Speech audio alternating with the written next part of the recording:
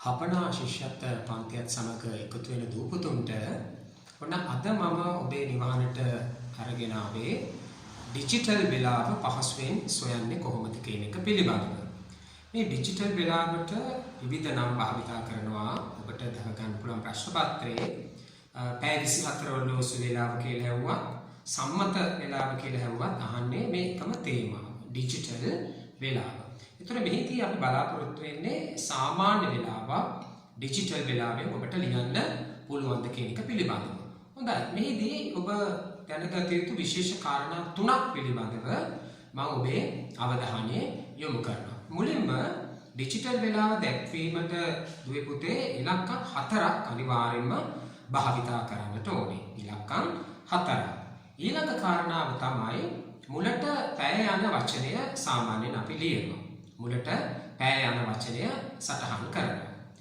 තුන්වෙනිට ඔබේ අවධානය යොමු යුතු කාරණාව තමයි පැය හා මිනිත්තු වෙන් කරන්න 32ක් යොදන්නට ඕනේ. පැය හා මිනිත්තු වෙන් කරන්න 32ක් යොදන්නට ඕනේ.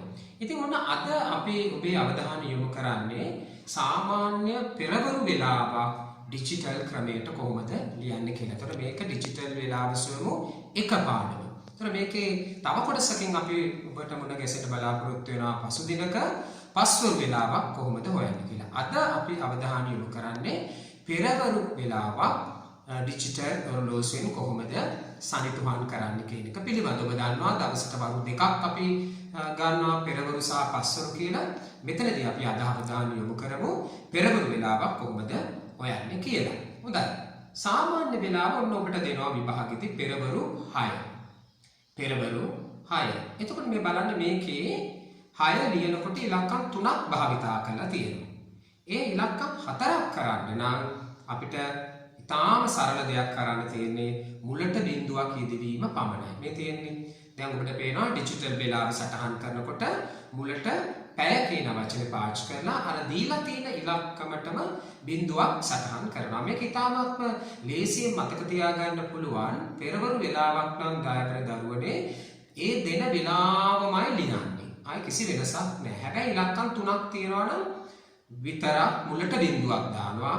ඉලක්කම් 4ක් තියෙන පෙරවරු වෙලාවක් දීලා තියෙනවා නම් පැය කියන වචනේ පාවිච්චි කරලා ඒකම සටහන් කරනවා. ඉලක්කම් 3ක් තියෙන පෙරවරු වෙලාවක් දීලා තියෙනවා නම් මුලට බිඳුව සටහන් කරන්න පමණයි ඔබට තියෙන. අපි තව එකක් බලමු. මෙන්න බලන්න ඔබට අපි ලබා දෙනවා පෙරවරු 11:20 මම අර කියපු කාරණේ. දැන් මේකේ ඔබේ අවධානය යොමු කරන්න ඔබට පේනවා මේකේ ඉලක්කම් 4ක් දකින්න ලැබෙනවා. වේව 11:20. ඒතර ඉලක්කම් 4ක් තියෙන නිසා නැවත බිඳුවක් එතන සටහන් කරන්න අවශ්‍ය නැහැ. බිඳුවක් සටහන් කරන්නේ ඉලක්කම් 3ක් තිබුණොත් විතරයි. මෙතනදි කරන එකම වෙනස මොකද්ද? පැය කියන වචනේ භාවිතා කිරීම පමණයි. අනුව පෙරවරු 11:20 අපිට පැය 11:20 කියලා සටහන් කරන්න පුළුවන්. දැන් ඔබට ඒ ක්‍රමයක් පැහැදිලිනේ. අපි තවත් ක්‍රමයකට යමු. සාමාන්‍ය පෙරවරු වෙලාවක් ඩිජිටල් වෙලාවෙන් ලියන ඔන්න ඊළඟ උදාහරණයටයි ඔබ මා කැඳවාගෙන යන්නේ. දහවල් 12.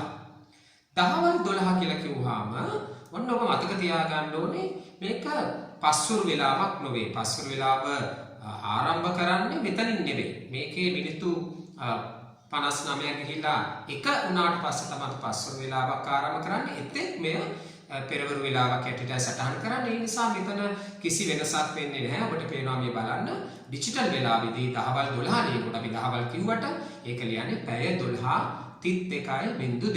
එතන ඒ විශේෂත්වය මතක තිබා ගත යුතු වෙනවා. එතකොට දැන් ඔබට මේ කාරණාව මම හිතට පැහැදිලි වෙනවා. ඉලක්කම් 3කකින් පෙරවරු වෙලාවක් නම් මුලට බිඳුව යොදන්න.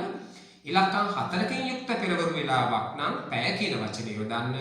දහවල් 12 සටහන් වුණොත් පැය කියන වචනෙන් ඒ සංකේතයේ ඒ ආකාරයෙන්ම ඔබට යොදන්නට පුළුවන්කම තිබෙනවා. දැන් අපි තව විදිහක් බලමු. රාත්‍රී 12 ගැන මෙතනදී විශේෂයෙන් ඔබට අවධානය යොමු කරන්නට ඕනේ. දැන් රාත්‍රී 12 කිව්වහම දවස් ආරම්භ වන වෙලාව. රාත්‍රී 12. රාත්‍රී 12:01.2ක් තියෙනවා. සා මෙතනදී අපි ඩිජිටල් වෙලාව ආරම්භ කරන්නේ මෙතන නිසා ඔන්න සාමාන්‍ය වෙලාව ඩිජිටල් වෙලාවට බවට පත් කිරීමේදී රාත්‍රී 12:04කින් අපි එක යොදා ගන්නවා. එතකොට පැය 0.2යි 32යි නැවත 0.2යි. ඊට පස්සේම අපි පෙරවරු 1 වුණාම 0.1 දානවා. පෙරවරු 2 නම් 0.2 දානවා. පෙරවරු 3 නම් 0.3 දානවා. මිනිත්තු වල ඕනම වෙනසක් කරගන්න පුළුවන්. නමුත් පැය පැත්තේ විතරයි මේ වෙනස විශේෂයෙන් සලකා බලන්නට ඕනේ. මම හිතනවා ඔබට පැහැදිලි වෙන්නට ඇති. පෙරවරු කාලයක් තුලදී ඩිජිටල් වෙලාව පහසුවෙන් මතක තබා ගන්න ආකාරය. හොඳයි, ඒ කරුණු කාරණාව හරියට ඉගෙන ගත්තද කියලා බලන්න ඔන්න ඔබට අපි පුංචි පැවරුමක් දෙනවා. පහත පෙරවරු වෙලාවන් ඩිජිටල් ක්‍රමයට ලියන්න. මේ බලන්න පෙරවරු 2:15. ඊළඟට අපි දෙනවා පෙරවරු 6. අපි ඔරලෝසු මුහුණතකින් ඔබට පෙන්නනවා 2:30. එතකොට එතනදී මතක තියාගන්න ඕනේ පෙරවරු කාලයක් නම් ඔබ බිඳුව සටහන් කරනවා තනි ඉලක්කමක් නම් ඉලක්කම් 4ක් නම් ඒකම සටහන් කරනවා පැය කියන වචනය පාවිච්චි කරලා.